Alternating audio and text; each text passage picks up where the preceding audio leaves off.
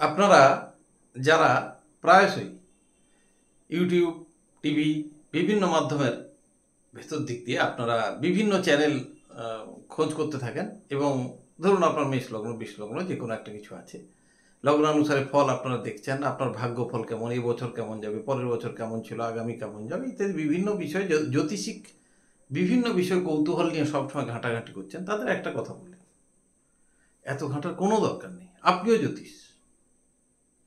জ্যোতিষ, কেন জ্যোতিষ নয়? আপনি শুধু প্রেডিকশনগুলো একটু শুনুন। আমি আপনাকে বলছি, আপনি খুব ভালো মানুষ, অত্যন্ত উঁচু দরের মানুষ, আপনার চিন্তাধারা, আপনার দৃষ্টিকোণ সমস্ত খুব উঁচুতে আছে, কিন্তু আপনি তার মূল্যায়ন সঠিকভাবে হলো না আপনাকে। অর্থাৎ আপনি যতটা আপনি পাওয়ার উচিত ছিল এই জীবনে সেটা আপনি পেলেন না। দ্বিতীয়ত, আপনি সংসারে সবার জন্য করেছেন এবং এতটা কেউ করতে পারে না, কিন্তু তারা আপনাকে যে রিটার্ন কিছু দিল না, অর্থাৎ আঘাত ছাড়া আপনি কিছু পেলেন না। আপনার ভেতরটা সম্রাটের মতো, কিন্তু আপনার দশা বা যে জীবনটা কাটাচ্ছেন ভিখারির মতো। আপনার আরও হাই রাইজ হওয়া উচিত ছিল, আরও উঁচুতে থাকা উচিত ছিল আপনার, কিন্তু হলো না।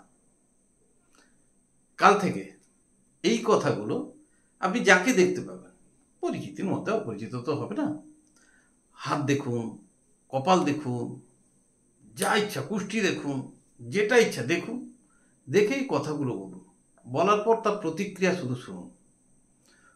100 জনের মধ্যে 99 জন আপনাকে বলবে হ্যাঁ ঠিক বলেছেন। কি করে, আপনি কি জানেন, শিখেছেন নতুন করে? এই প্রশ্নগুলো ওনারা করতে থাকবেন। তাহলে অ্যাস্ট্রোলজারের ভূমিকাটা কোথায়? আপনিও অ্যাস্ট্রোলজি জানলেন, আমরা শিখে যা বলছি আপনিও তাই বলেন, অসুবিধাটা কোথায়? অ্যাকচুয়ালি তা না। ব্যাপারটা যেখানে সেটা হলো, আমি বলছি, আপনার শুনুন।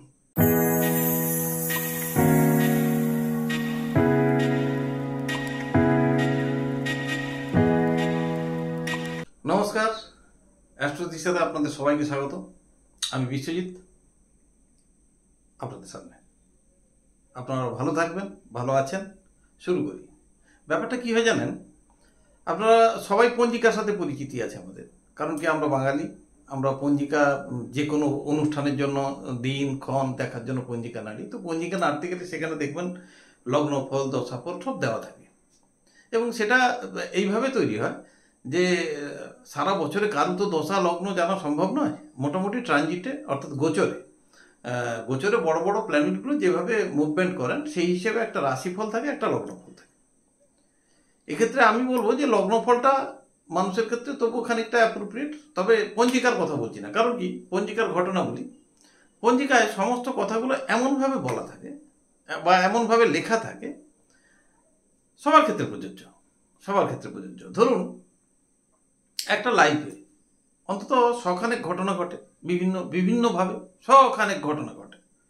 সেখানে 2-3টে ঘটনা, 4টে ঘটনা, 6টা ঘটনা। এবারে এই বছর আপনার আর্থিক দিকটি খুব ভালো যাবে, বছরের মাঝামাঝি সময় আপনি আর্থিক উন্নতির যোগ প্রবল, আর শেষের দিকে একটু সাবধানে থাকবেন, কারণ কি আর্থিক অনটনের সম্ভাবনা বেশি রয়েছে, একটু বেশি খরচা হওয়ার যোগ রয়েছে। সন্তানের স্বাস্থ্যের দিকে একটু নজর দেবেন, আর পতি পত্নীর মধ্যে একটু অশান্তি হওয়ার দৃষ্টি এখানে রয়েছে, লক্ষণ রয়েছে। আর আপনার এই সময়টা মোটামুটি ভালো যাবে, বন্ধুর থেকে আঘাত পাবেন। আচ্ছা, এই যে কথাগুলো ওই আগের লাইনের মতো আপনি বলুন, যেখানে ইচ্ছা বলুন, সব মিলে যাবে, সব ঠিকঠাক হয়ে যাবে, অমিল কিছু নেই। তাহলে জ্যোতিষ কোনটা, অ্যাস্ট্রোলজি কোনটা?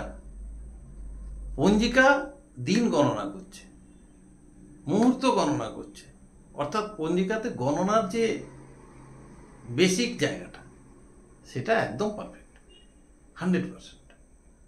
সেই কাজ তো এনসিএলআইডিও করে গেছেন।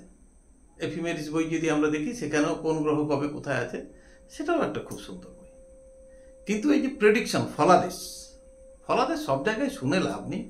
কারণ কি, কিছু কিছু কথা আছে যেগুলো খুব কমন কথা, মোটিভেট করার জন্য খুব ভালো। এবং যে কোনো মানুষ নিজের সম্পর্কে প্রশংসা কে না চায়। আমি যদি বলি যে আপনি খুব খুব দরাজ মনে, খুব সুন্দর, দারুণ। যেমন দেখবেন মহিলাদের, ম্যাক্সিমাম মহিলাদের যদি কেউ বলে যে আপনি খুব সুন্দরী, সঙ্গে সঙ্গে দেখবেন সে পারলে 50-100 যা পারবে আনন্দ দিয়ে দেবে। কারণ কি, এটা একটা মানুষের ভেতরের ইচ্ছে যে আমাকে কেউ ভালো বলুক, আমি আরো ভালো বলুক। আমি সেই জন্যই সারাদিন পরিশ্রম করি, আমি যাবতীয় চর্চা করি, সমস্ত কিছু এই জন্য। অহম।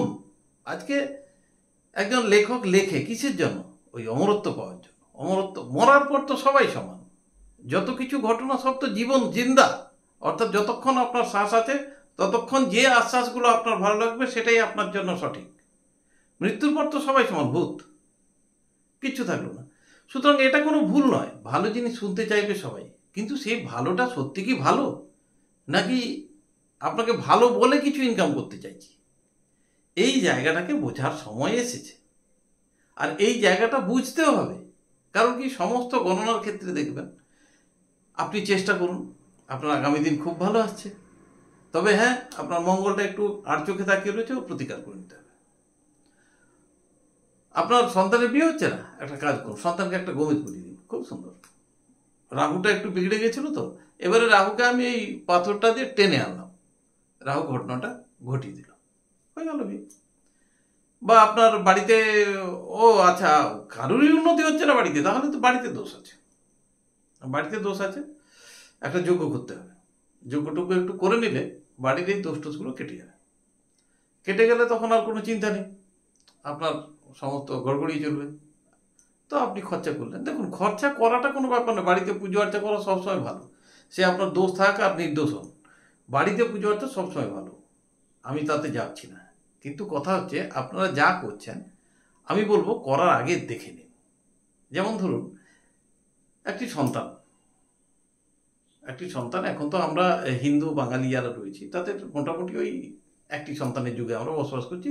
কিছু ব্যতিক্রমী পুরুষ মানুষ বা মহিলা আছেন যাদের দ্বিতীয় ইস্যু রয়েছে, নইলে সব মোটামুটি প্যাটার্নটা হয়ে গেছে এক সন্তান। আবার এই এক সন্তানকে আমরা চাই সে সমস্ত কিছুতে পাণ্ডিত্য পাক, সাহিত্যিক হবে, খেলোয়াড় হবে, দার্শনিক হবে, বিজ্ঞানী হবে, আইপিএস আইএস অফিসার হবে, ডাক্তার হবে, সমস্ত কিছু, মানে পৃথিবীর যাবতীয় যত নলেজ আছে সমস্ত কিছু ওই একের মধ্যে থাকবে, এতটাই দক্ষতা তাকে আমরা করে উঠতে পারি, সেই চেষ্টায় সবসময় করে থাকি। কিন্তু সেটা তো সম্ভব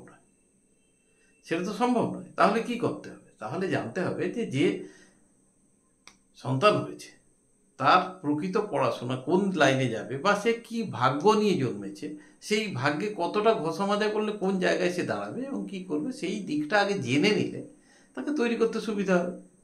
ঠিক যেমনটা হয় আমাদের লাইফ বা জীবনধারা গড়ার সময়, যে আমার আগামী দিন কেমন হতে চলেছে, খরচাটা বেশি করবো নাকি একটু চেক করে করবো, শরীরটার দিকে একটু খেয়াল রাখবো নাকি শরীরটার প্রতি উদাসীন থাকবো, এই সমস্ত কিছু যদি আমরা আগে থেকে জেনে যাই এবং প্রপারভাবে জানি, প্রতিকারে নয় যে আমার এই দশা, এই অন্তর্দশা, এই সময় এই ঘটনা ঘটবে, সেই ঘটনা ঘটার সময় আমার ভূমিকা কি থাকবে, এই ভূমিকা, রোল, অর্থাৎ আমার ভূমিকাটাকে আমাকে আগে থেকে ফিক্স করে নিতে হবে যে আমি সেই সময় কি ভূমিকা। সাপোজ ধরুন আমার সেই সময় একটা অসুস্থতার যোগ আছে, তো আমাকে তো প্রিপেয়ার থাকতে হবে যে ভাই আমি অসুস্থ হয়ে গেলে আমাকে মেডিক্লেম একটা করা থাকবে, বা মেডিক্লেম না থাকলেও বাড়িতে 2-4 জনকে বলা থাকলো যে অসুস্থ হয়ে গেলে হসপিটালে নিয়ে যাও, বা অমুক জায়গায় নিয়ে যাও, বা টাকাটা ওখানে আছে, বা ওইখান থেকে কার্ডটা নিয়ে তুমি টাকাটা বের করো, এই যে অ্যারেঞ্জমেন্ট করা, এটাই তো অ্যাস্ট্রোলজি। আমি যদি আগে থেকে জানি তাহলে এই সমস্তটা আমি করে নিতে পারবো, তাতে আমি ভালোভাবে চলবো, আমাকে ওই পঞ্জিকা পড়তে হবে না, আমাকে ওই বিভিন্ন চ্যানেলে বিভিন্ন ভাট বকা শুনতে হবে না। সেদিন একজন লিখেছিলেন যে আপনি লগ্নের উপর জোর দিচ্ছেন, আমরা তো রাশি দেখে সব মিলে যায়। মিলতে পারে, আমিও বললাম যে আপনি রাশি দেখে কেন বলছেন, আপনি কিছু না দেখেও বলতে পারেন, ত্রিকালদর্শীও হতে পারেন, অসুবিধার কিছু নেই। কারণ কি, সবার সমস্ত রকম প্রতিভা তো থাকে না, আর সবাই সমস্ত রকম প্রতিভা নিয়ে এই পৃথিবীতে আসেও না। সুতরাং এ নিয়ে দুঃখ করে লাভ নেই আর আফসোস করেও লাভ নেই। আমি যতটুকু জানি আমি ততটুকুই জানি, আমি চেষ্টা করবো আমাকে আরও ডে বাই ডে ইনক্রিজ করার, যাতে আমি আরও জ্ঞানটাকে ইনক্রিজ করলে আমি যাতে আরও ভালোভাবে কিছু প্রেডিকশন করতে পারি, সেই চেষ্টাই থাকবে। তো আপনাদেরকেও আমি সেটাই বলি যে আপনারা প্রতিকারে না, ঘটনা ঘটার আগে একবার কনসাল্ট করে নিন, এবং সঠিক হৃদয়ে স্বপ্ন দেখার আগে স্বপ্ন দেখা ভালো, সেটা অবচেতনে থাকা ভালো। কিন্তু ঘুমিয়ে আপনি স্বপ্ন দেখছেন বা জেগে স্বপ্ন দেখছেন যে এটা করতেই হবে, বা আমি ওখানে খরচা করলে এটা হয়েই যাবে, এই স্বপ্নটা দেখবেন না প্লিজ। এতে খরচা হয়ে যায় বেশি। স্বপ্ন বাস্তবের উপর দাঁড়িয়ে থাকলে সেটা অনেক বেশি ভালো। আপনারা অ্যাস্ট্রোলজারের কনসালটেশন নিন, একজনকে নয় একাধিকজনকে দেখান, যাকে ভালো লাগে তার কাছে কনসালটেশন নিন। তবে আপনাদের অনুরোধ করব, সঠিক কেপি অ্যাস্ট্রোলজার দেখে নিন, বেটার হবে। কারণ কি, ম্যাক্সিমাম সনাতনী জ্যোতিষরা যেভাবে প্রেডিকশন করেন, সবাই নয় ম্যাক্সিমাম, ওয়ে অফ প্রেডিকশন মোটেই ঠিক না, মোটেই ঠিক না। যেমন বিয়ের ক্ষেত্রে বলবে আপনার যোগ চলছে, বিয়ে হবে কি হবে না, চাকরি হবে কি হবে না, এই যে আপনার অ্যাক্সিডেন্ট হবে কি হবে না, ক্লিয়ারলি থাকে। আপনার জন্মের সময় ক্লিয়ারলি লেখা থাকে সমস্ত কিছু। যদি হয় কবে হবে সেটাও যেমন নির্দিষ্ট থাকে, যেমন মানুষ জন্মের সঙ্গে সঙ্গে নির্দিষ্ট থাকে সে কবে মরবে, তেমনি প্রত্যেকটা ঘটনা তার নির্দিষ্ট থাকে। সেই জায়গাগুলোকে আগে জেনে নিন, জেনে নিয়ে জীবনের গ্রাফ তৈরি করুন, জীবনের প্ল্যানিং তৈরি করুন। এটা সবার জন্য ভালো, আর এটাতেই আনন্দ।